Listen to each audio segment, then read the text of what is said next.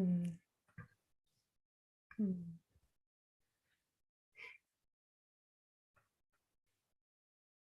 Hi, everybody, and welcome. We're so glad to have you here for an Art Toolkit demo with our friend Marisa Pahl. Marisa, I'm so glad to have you here. Welcome.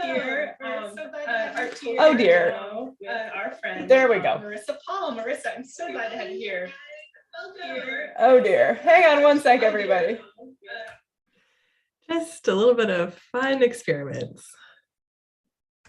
There we go. Oh man, YouTube always sneaks up on me and adds all these little extra live echoes there, but we made it through. And those of you joining us, if you'd like to pop into the chat where you're watching from, it's always fun to see how we're all coming together. And I'll be keeping an eye on the chat too and can help relay questions to Marisa. So please feel free to chime in at any time. We're just so glad to have you here. And Marisa, do you want to tell us a little bit about yourself? And then maybe we should tell people, like, we've known each other for a little while. It's true. I was telling my mom about the workshop and I was like, remember Maria? I went to visit her in Seattle. Yeah, so I live here in Vancouver. BC. BC, British Columbia, yeah, in Canada. And I'm an artist, I'm an educator, I'm a watercolor painter. This year I'm having a lot of fun exploring trees.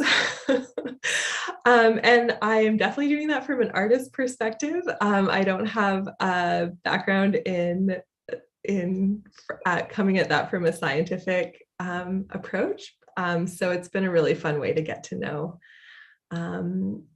the plants where I live. Yeah. Well, that's one of the beauties of art, is that when we get a chance to draw things and study them, we can learn about them so much more vividly. I feel like remember things better, and that crossover of being an artist and a naturalist. And I think that's just fabulous. Absolutely. You turned us on. I brought a little book collection to one of the books we recommended this week at Art Toolkit, which is this like lovely little guide of the Pacific Coast Tree Finder. I'll be sure to link to this in the comments of our demo when we're finished. And when I brought this out, I couldn't resist finding a couple of my other favorite books. And this is this beautiful Northwest Trees. And you pointed out you have a really old one. This is like the 25th anniversary edition, and you have one of the early ones. And just like the art in these is just so beautiful. And love having inspirations of nice books. And of course, one that I had to share and keep with me that I wouldn't want to keep in my art toolkit or go backpacking with compared to this little one is the Sibley Guide to Trees. I'm such a fan of Sibley.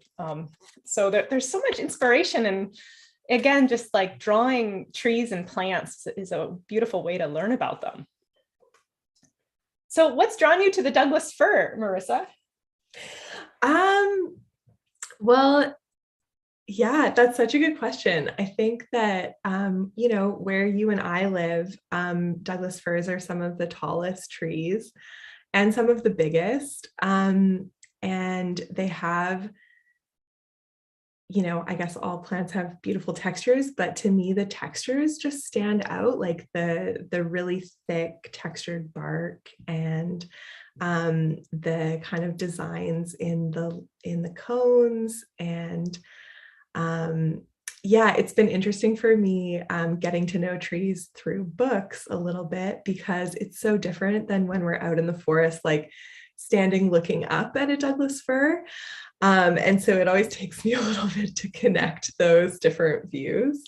But that's been kind of a really fun piece, like zooming in at the little pieces. And yeah, also kind of like the spirit of the tree, like what habitats they like to live in, and yeah, all those curious things. Oh, well, I agree with you then that the Douglas fir are one of those trees just all over in our forests. And for some reason, it's one of the few Latin tree names that's actually stuck in my head. I always feel smart when someone mentions Douglas firs, because I can be like, Pseudotsuga menziesii. But it's one of the few that I have memorized.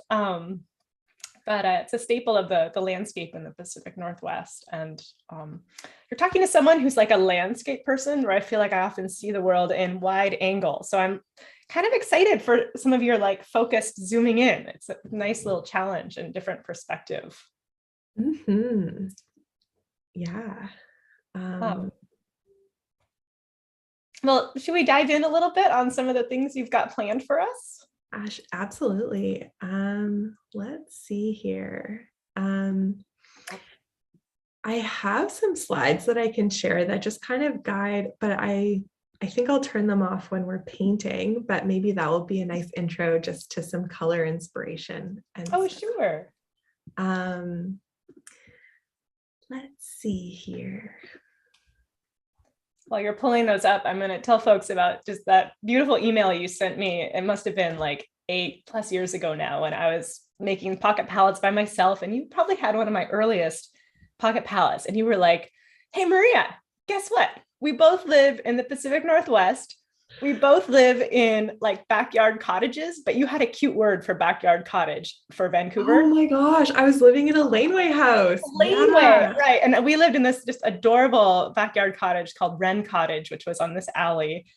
And you're like, and we both like to paint and environmental art, and our names are so similar. And it's like, yeah, it's so fun to meet you. And when you came down to actually visit in person, it was great fun. And I'm just so happy to keep in touch with you over the years. Oh, here we go. You've got the pine cones.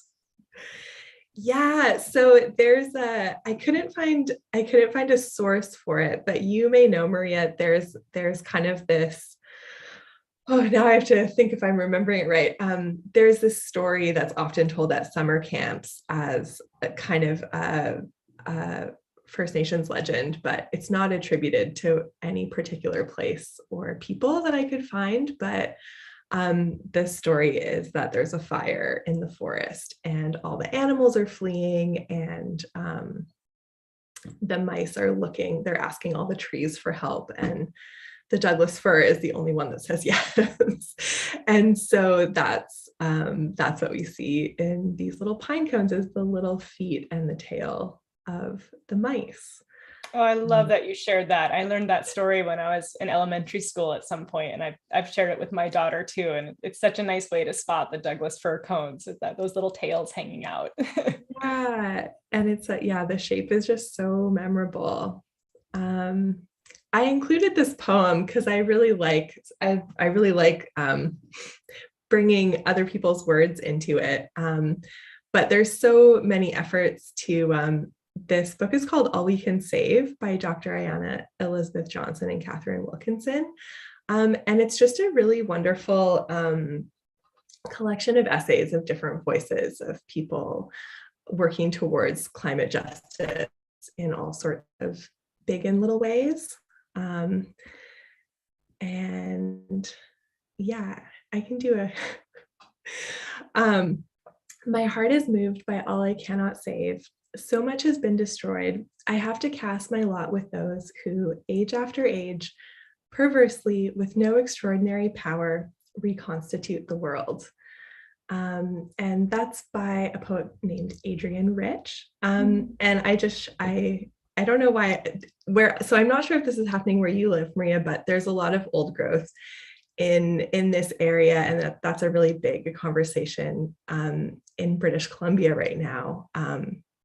Is how we support these old growth trees that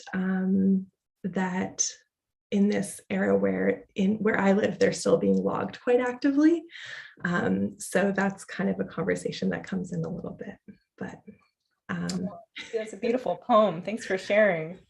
Yeah, and I sort of I have my warm up starting here, but I kind of want to go forward and show you just some of the, I know we all know what Douglas fir looks like, but just kind of tuning into the colors a little bit that show up. Yeah, so I'm just thinking now how to switch back and forth, but the first warm up I have for you is just really getting into our body and moving our arms kind of freely, especially for those of us that often like to paint small. This can be a really nice way to start out a painting session. So I'm actually just gonna turn my my face video off and sneak over here, if that makes sense to. Yeah. Can we pull up your desktop, Marissa? Yeah, let's do that. Okay. And I'm gonna duck out here and paint along as well. Okay.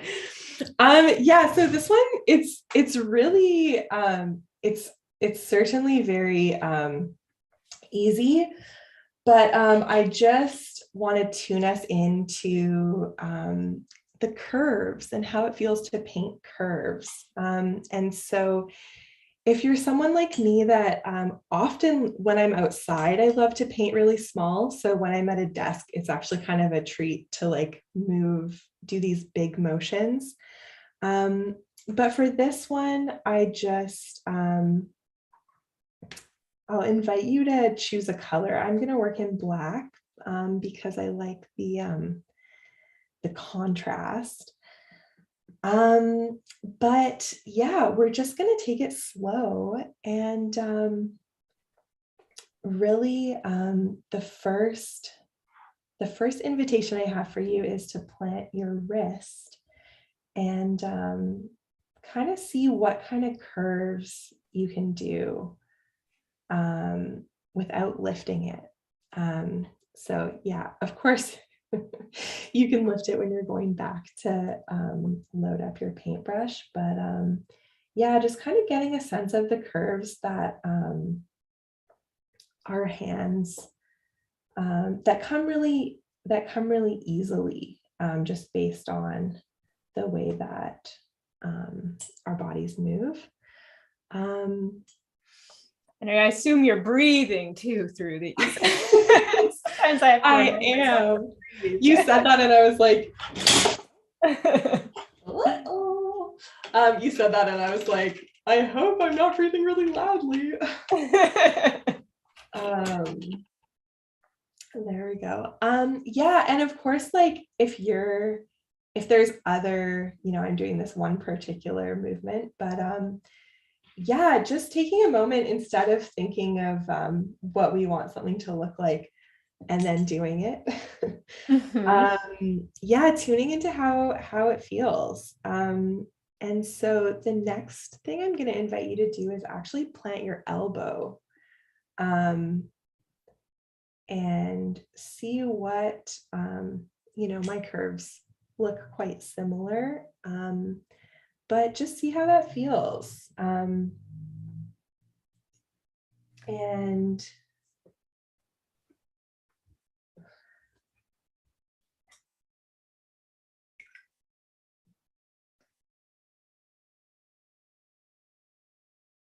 such a nice reminder. I think sometimes art can feel a little scary, facing that blank page. So giving ourselves these ways to just get started and to let it be easy.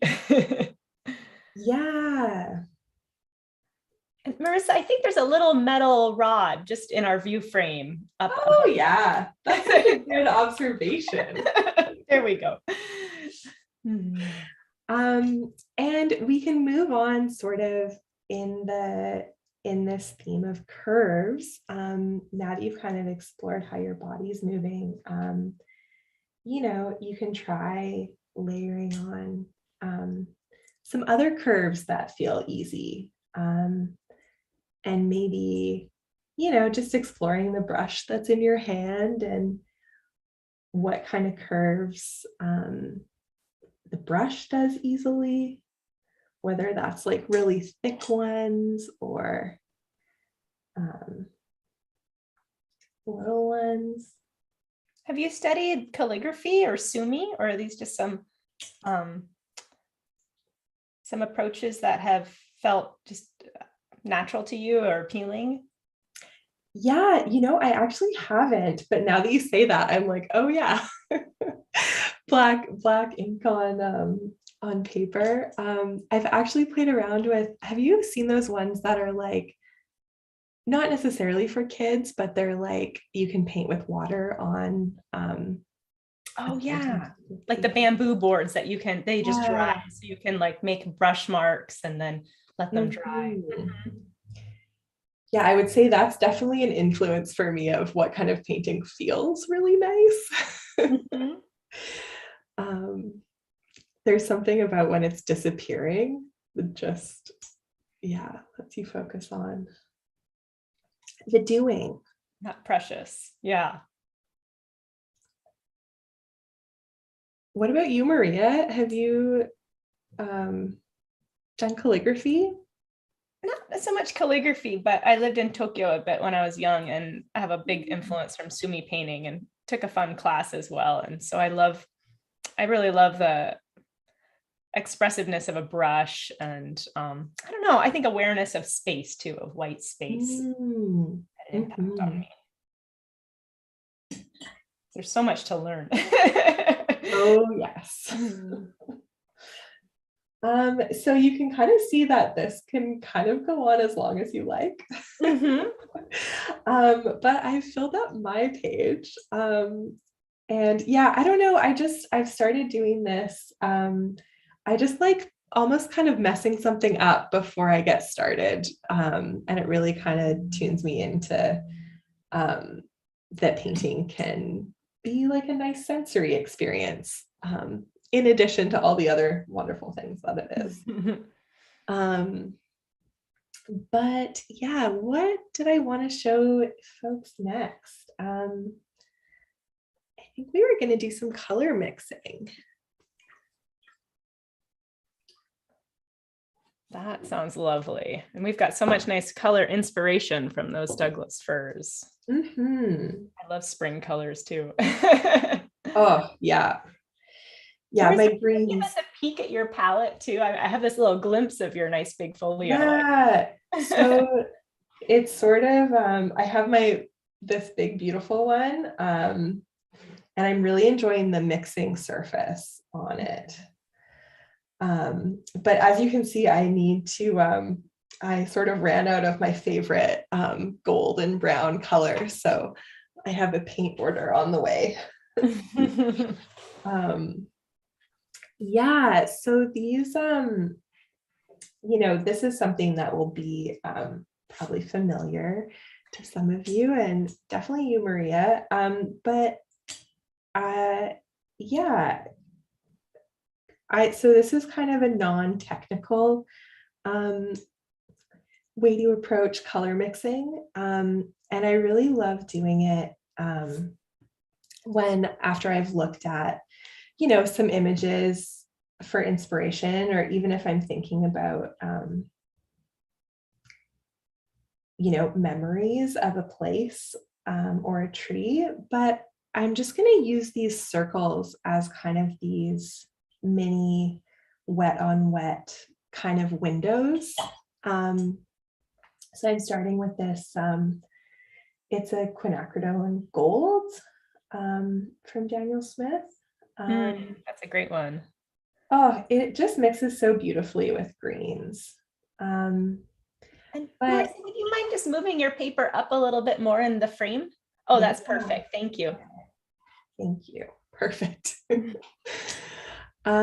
Yeah, and I'm just going to go in and I'm sort of thinking about all those colors we were looking at together. And yeah, I kind of think of this as like color mapping, like using some of the colors that I might want to use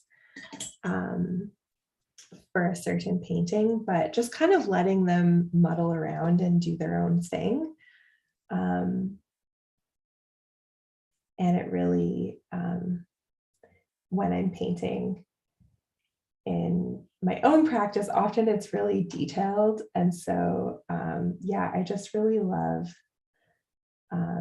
these like moments of play and kind of letting the paint do its own thing, which doesn't always come up. So tell us some of the colors you're dropping into the gold. Yeah, so Uh-huh. one of them is just a black, and then the other one I think is like a spruce green. Mm. It has a little, like some warm notes in it already. And yeah, I'm actually just gonna kind of all the greens. I find this is also kind of a discovery space, you know, for all the colors of a tree like Douglas fir. I might drop in some reds and oranges and sort of see what other shades of brown show up. Mm-hmm. And I think it's just, I don't know. I don't know if I'm the only one that has this experience, but sometimes I forget which exact colors I've put in a palette, especially if I'm painting outside and I'm just grabbing what's in front of me. And so I find this to be a really fun, getting in touch with the colors that are right in front of me. Yeah, I often think, at least when I'm outdoors too, that idea for that palette of place of just taking a few minutes to fill a page or a notebook with just like exploring mixing the colors I see and letting go of composition. And I find that really freeing. And I can add notes, but just don't need to dive in with sort of a clear expectation of I'm doing a painting. Yeah. Oh, I love that. Like palette of place is such a lovely way to think about it. Yeah, they're all different. Even different times of day. That is true. Oh my goodness. And it's fun to sort of explore and give yourself some time to say like what colors mix what you like. And I don't know about you, but for me, that's part of my field studio practice is kind of establishing my color mixes in the field and then can come back. Yeah, there's such a long tradition of that. Just when you were saying that, I was thinking about in Toronto, in one of the art museums, you can see like the tiny little paintings that some of the group of 7 painters used to do. They're like the size of a postcard. And then, you see the painting beside it that they did in the studio that's like 6 feet by 4 feet or something. Oh, I love that. But there's something so special about those kind of tiny little ones that were done in the field. Yeah, like an immediacy and an intimacy for sure. Mm-hmm. Oh, I love how you're letting them just almost look like little planets. And like yellow and reds and then just green. It doesn't just have to be one color. Mm-hmm. Yeah. And I find, I have to say this is something that is just as fun no matter where you're doing it.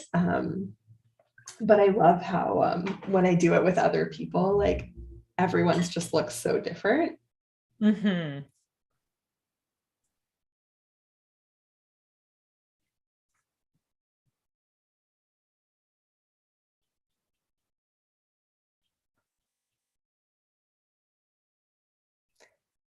Do you have any favorite color greens, Maria?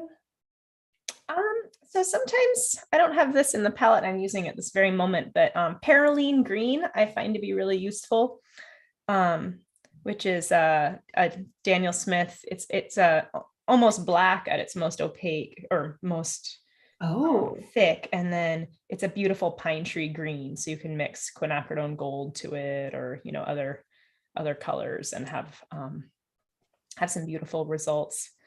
So that's one that I often keep in my palette. Sometimes just sap green for a easy shortcut. I like to mix my greens a lot, like phthalo blue plus a quinacridone gold or burnt orange can mix just some beautiful, beautiful greens. I'm probably most familiar with like pine tree greens. Those are probably what I paint the most for greens. yeah, there's just so many. Mm.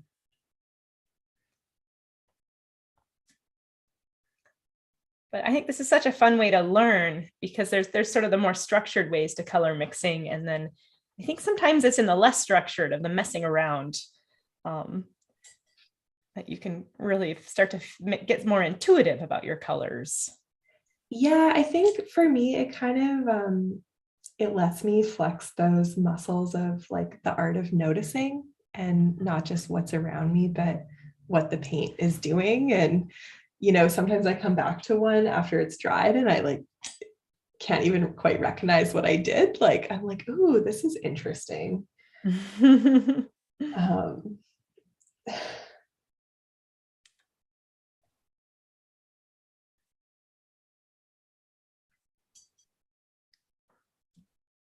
Do you ever add notes about to help remember the colors you've mixed, or feel like you just let it be more intuitive for your piece?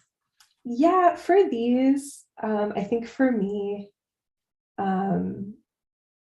it's really giving myself permission to kind of step out of those more like technical, or like, the way my brain is working when I'm doing a painting that's really specific. I feel like these are separate for me from that, in that it's letting my mind kind of play. Mm-hmm. So that's a long answer to say, no, I don't take any notes. um, but I'm just thinking we could kind of keep going with this, Maria. We were going to do an hour, right? Yeah, I think about 45 minutes to an hour is just perfect. Okay, excellent. Well, maybe.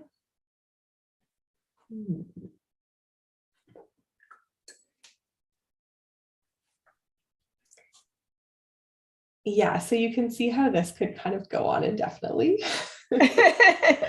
um, and it's really, I feel like I'm thinking sort of now, I'm like, oh, have I used all my greens? But you can always kind of dip back into blues and yellows, or adding in, yeah, all sorts of things. But I think maybe I'll move on to my next little thing for you folks. Wonderful.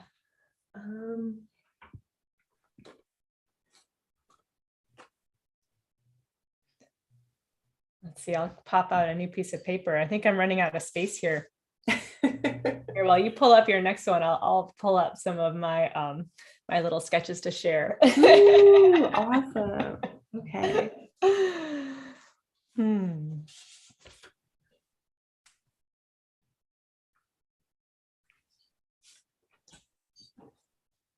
We talked about a contour. Am I remembering correctly? Yeah. This is like one of my favorite things to do with kids. But it's actually, like most things that are fun to do with kids, it's also just really fun to do. And so this one, I'm actually not going to bring up an image or anything for you, but I'm sure that we can all think about what it feels like to be looking at one of those really tall, old Douglas fir trees, and how the trunk, is nice and thick, and the branches often don't start until quite high up. And we're just going to do a blind contour line drawing without really looking at anything. So you can close your eyes, or you can look somewhere else, wherever you are. But I'm just going to kind of thinking about this big curve, and maybe how thick and wide it is at the bottom. And when you're a small human, how all the branches kind of feel clustered at the top. And that's kind of that. So I did mine with pencil, but it's also really nice to do. I actually meant to have a black felt in my hand. But any kind of Sharpie or like black fine liner. But if you're doing it on watercolor paper, just go extra slow, so that the ink sort of has time to sink in. But yeah, this is my blind contour line drawing of a Douglas fir. You can tell it's really windy wherever it is, because all the branches are sort of blowing in one direction.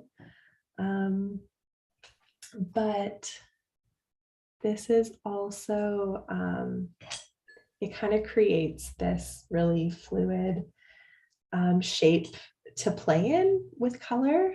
And so we're going to revisit, some of the greens and browns we were playing with, and maybe take a peek at your tiny worlds that are drying, and see if any colors are jumping out to you.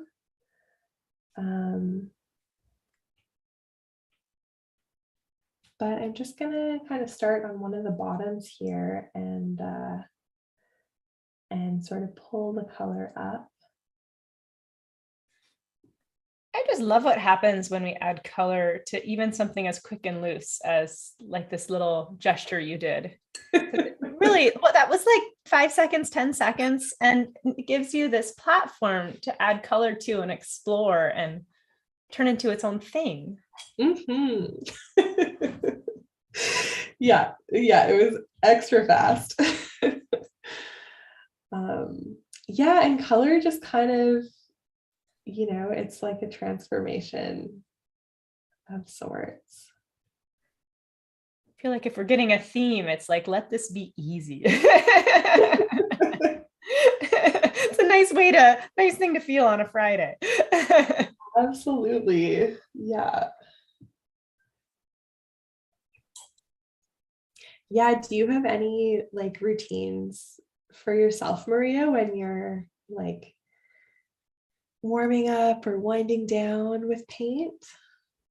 Well, my favorite thing in my studio is to work small to begin with. So I really love, like, I do a lot of work on a 5x5 format. And I'll also do like color studies in my sketchbook, kind of like what we've done, just to start exploring the subject with that in a really low stakes sense. Because I like to work large in my studio, but it takes a little time to work up to that large scale. And so I like to be gentle with myself because it's easy. We all have this critic, right? And it's easy to be like, I don't know, even after all these years of painting, it's still easy for me to feel a critic that can come on up and want things to be one way. And so if I kind of scaffold, like building up and build my confidence, it helps. And then, when I come back to the studio another day, I can revisit and look at my old studies and pages and have that be a starting point. So I sort of leave off knowing where I can pick up the next day or the next time I'm painting. Ooh, that sounds really nice. And then I'd say, in the field, my sketchbooks are just a really safe place. Like a sketchbook is a place I consider it a place to play and just to give myself permission.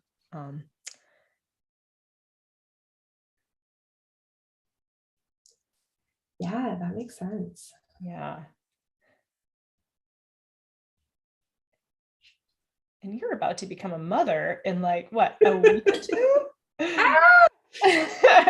It's true. Yeah. Very, very soon. It's so exciting. that has an impact on some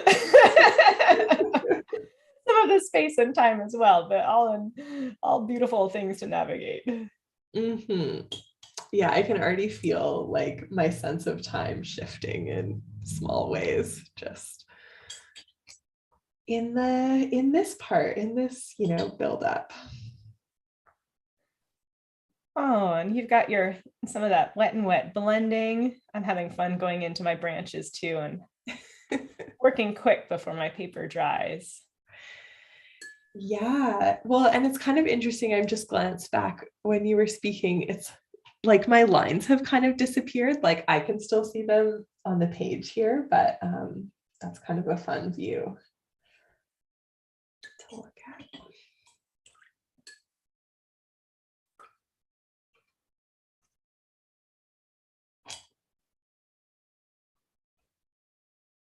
All right.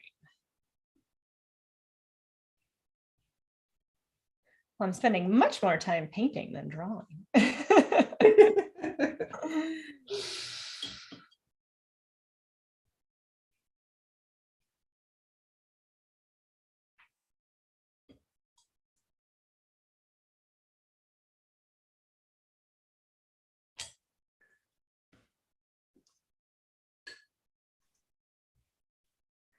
There's always that question of how do you know when something's done? Do you have some little rules of thumb for yourself? I think for something like this, like, you know, quick stopping. Yeah, stopping is hard. It's like my hands just want to keep moving. But I think that you're done. I think I'm probably done too. I think I'm probably done. I'm starting to get a little fiddly. That's when I imagine the giant stop sign. Yeah.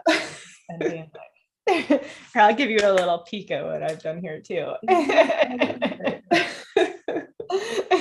And everybody who's following around, we'd love if you want to share.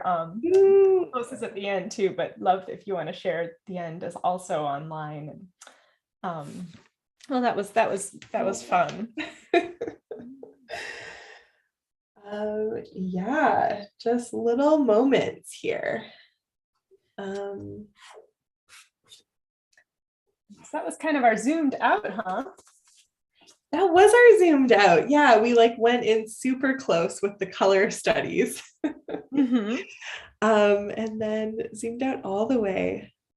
And I feel like, I don't know about you, I'm sort of getting to know different trees this year, and I find I have way more memories of being close to big trees like a Douglas fir than being far enough away that I can like perfectly see the whole silhouette. Yeah, often just in a forest where they're right there. Yeah.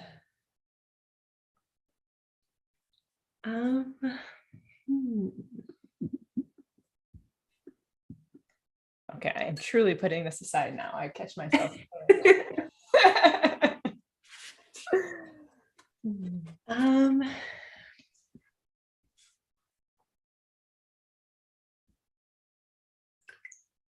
So I'm just doing a quick little time check in my head here.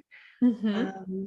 And when I'm sort of, I guess I have some like more inspiration imagery if that seems like. Oh, sure. I think we have an extra minute, and then because you've got one more little thing up your sleeve for us, huh? I do, and it's my favorite one. I'm really excited to share it with you.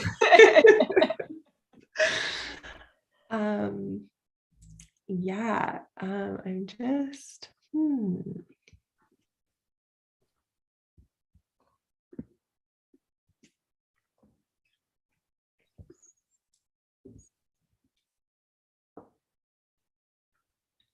So this last thing is really inspired by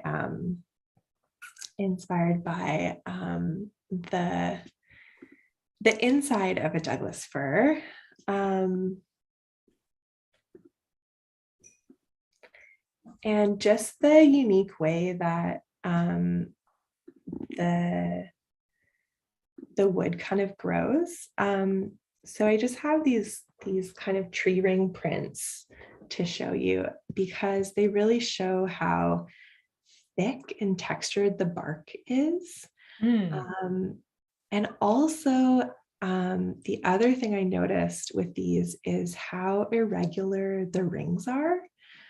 And I know trees aren't a perfect circle, but in my head, when I'm thinking about, the way tree rings look, I don't know why I picture them being a perfect circle. And so I just kind of loved this reality check of, yeah, all this rich texture on the outside of the bark, and kind of the wobbly shape of the inside of these, yeah, the tree rings. So that's the inspiration for the last prompt that I have for us. We're going to kind of zoom in even farther, and do a quarter of one of these. And what I love about this is it kind of connects to the mark making exercise we did of curves, because it sort of follows that natural curve of your hand. So I'm right-handed, and so the shapes that feel easiest for my hand is when my elbow's planted. And so my tree ring painting is going to kind of start in this bottom left and just be one big curve up to the top. But if you're left-handed, or there's a different sort of direction that feels good for you,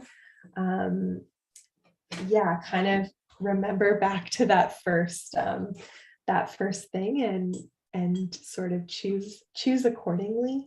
But we're going to start with one big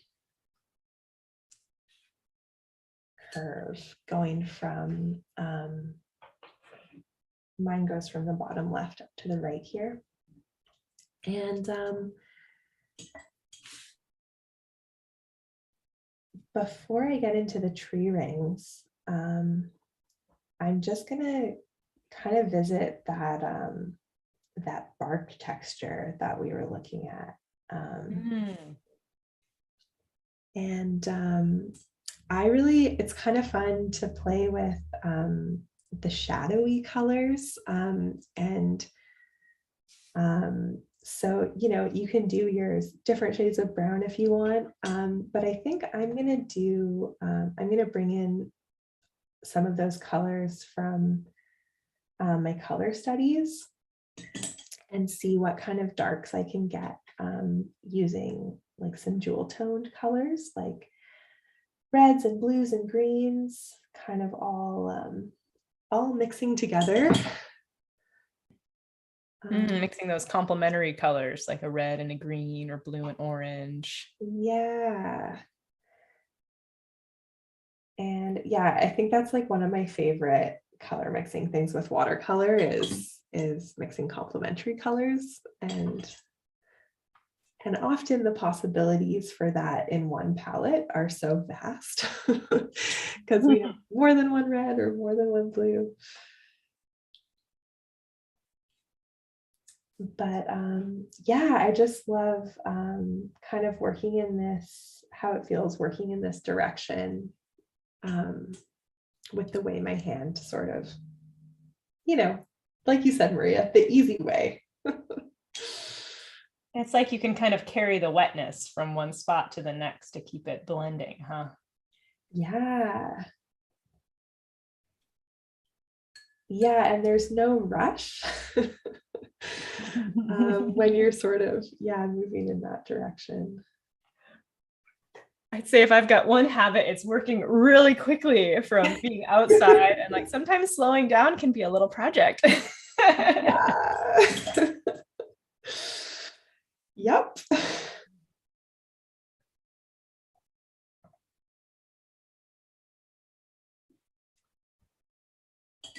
Fun opportunity. So I love all just the different ways to use art, and I do so much believe in that idea of art as a tool. Yeah. Different things for all of us. Yeah, and even, different things for different times. Yes.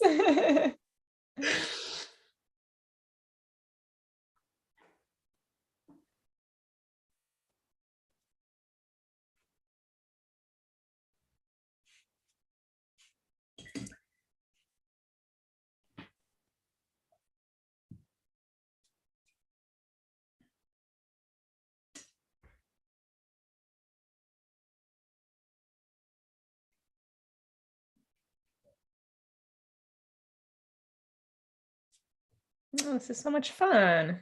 All the colors to mix. It's like coming back to our little globes and finding different Yeah. ways to mix darks. Mm-hmm. I feel like brown and blue is sort of always my default to a gray. Oh, yeah. But to play more with some of the other bright, to let little bits of red sparkle through or a little bit of purple. Mm-hmm.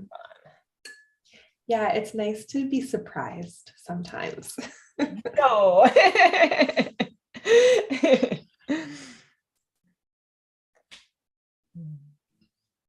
And so many colors too, at just higher saturations. If you pack a little bit more punch, can be just sort of that darker value. Yeah, Watercolor's so sneaky that it dries lighter than when we put it on the page. it's true.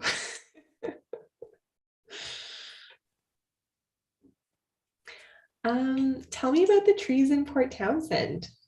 Oh, well, one of my favorite trees we have here that we also have in our San Juan Islands, which I know go on up to Canada too, lots of madrone trees. Oh, yeah.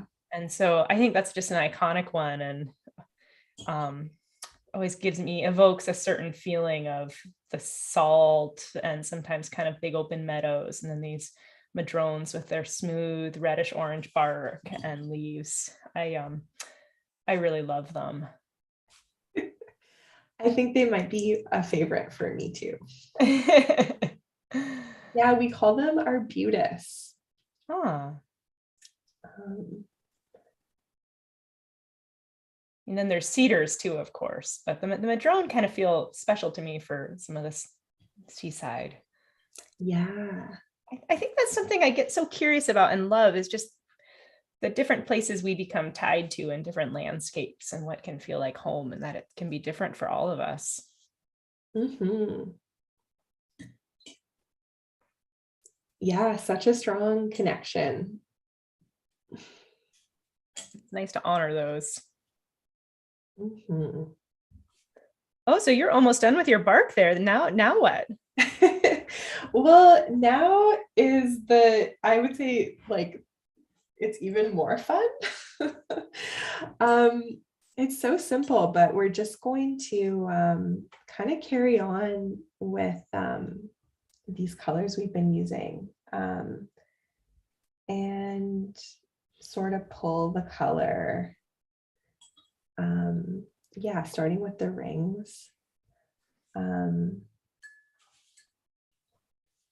And Oh, yeah, fun. You're transitioning and mid ring. transitioning. Yeah, so when I dip, I'm just gonna dip into another color and sort of see what happens. You could totally do this more with just browns, or just sort of warmer colors. But yeah, it's a really I don't know why, it just feels so nice to be kind of following a shape that's already on the page.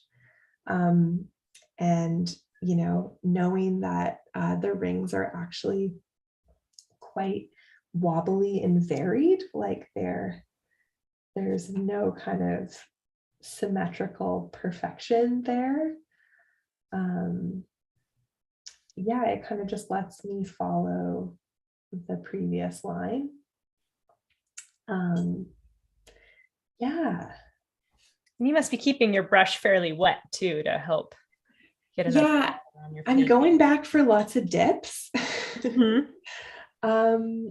And yeah, I'm just using like a size 4 brush, but I'm kind of pressing down more than I would.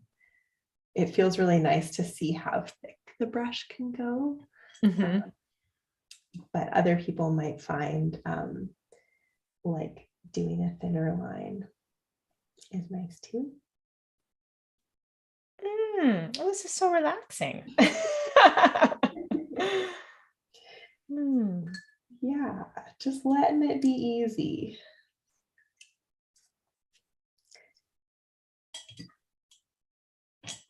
And I don't actually have a story of like a Douglas fir that I have a particular connection to, but when I was learning more about this tree, I was trying to figure out, if if I had like Douglas fir anywhere in my house or like that sort of thing. And I actually realized I was doing some woodworking projects out of these old sort of pieces of lumber that I found in like the garage attic of a house that I was renting. And the landlords were, they sort of said anything you can take out of there would be great.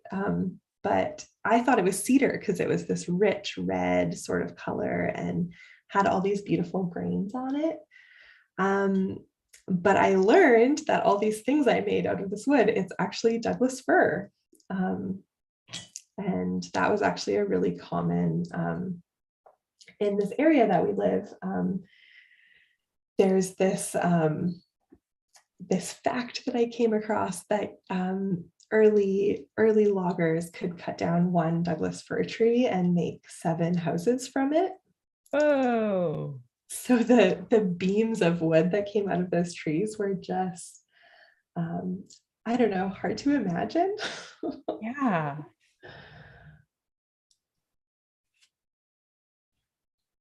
Well, that's incredible to think about, and the scale of those trees then too. Yeah. Different than the scale we often see now.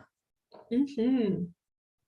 Well, and I don't really like, when I think of wood that is used for houses now, I don't think of Douglas fir. But it's cool to think that a lot of like the older heritage buildings are probably a lot of Douglas fir.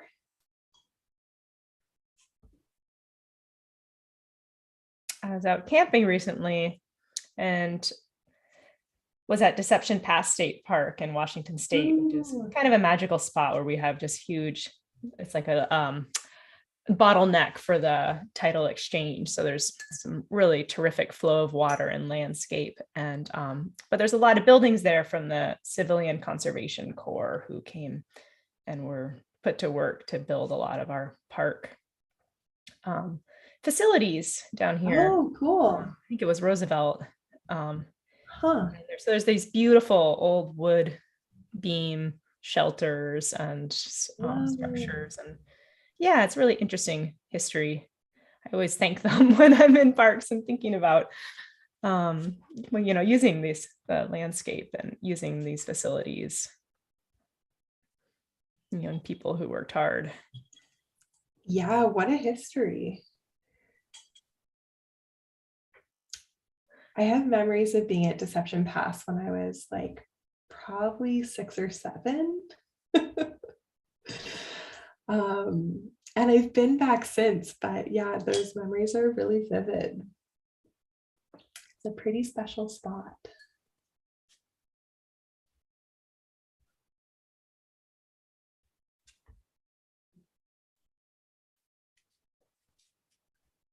So Marisa, what's coming up for you? I think besides parenthood, do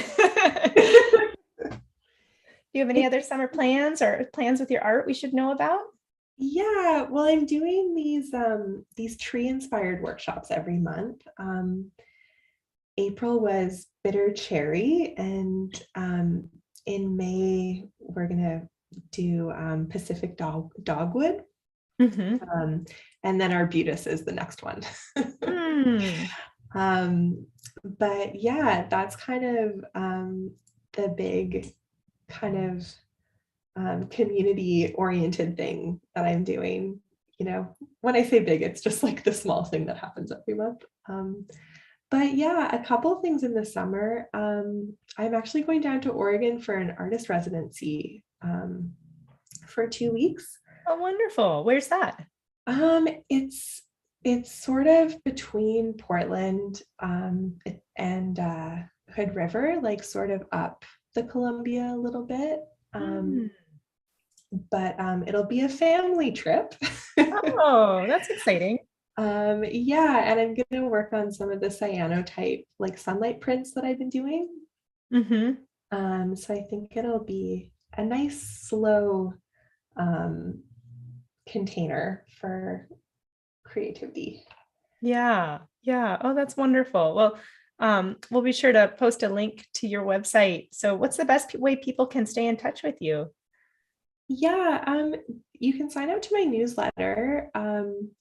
And Instagram is the place where I'm usually sharing, things coming up and that sort of thing. Yeah. Oh, wonderful. I think we should probably wrap up. I could do a few more stripes. I'm having so much fun doing my tree rings. How old is my tree now? 1, 2, 3, 4, 5, 6. I might just have to do a few more. Yeah, that's fair. And then we might have to post our final results on Instagram, and we can put a link to on our Art Toolkit blog. Yeah. But Marisa, can I bring up our faces again for a minute Oh, to sure. say hello again and thank you to everybody? And I'll give you a peek at what I managed to. Yeah. I've been having fun pulling together. I'll just wait for your camera to pop up. Yeah, there you are. There we go. Add and well, I've had a lot of fun. Nice. And Marisa, I really want to thank you for sharing some inspiration with us. It's just such a nice pace and way to think about the different possibilities for exploring nature, that there's doing the really realist, detailed sort of naturalist drawings, but also it seems when we get excited about something, we can learn some of its history and, read the books, but then sort of follow kind of our intuitive exploration of the shapes and colors. And this is just a really wonderful approach and inspiration. So I really want to thank you. Thanks for having me. It's been fun to share with you. Yeah. Yeah. And I want to thank everyone who's joined in on our live demo today. And, we'll have the recording up. I encourage you to follow Marisa and follow us at Art Toolkit. And our newsletter is always the best way to hear about what other upcoming events and workshops we have. And I just wish you all the best of weekends, and keep in touch. We'd love to see your trees. Marisa, I'm just going to pop this into your chat. Tell me again what your Instagram is. Oh, it's just my name. So it's Marisa Pahl. Yeah. So if you do post to Instagram, we've got at Marisa Pahl and at Art Toolkit. And so if you tag us, we'd really love to see what you all have worked on. And Marisa, we're getting some lovely comments from folks that they've enjoyed it as well. So great. Have a wonderful weekend, everybody. Okay. Thanks for coming, everyone.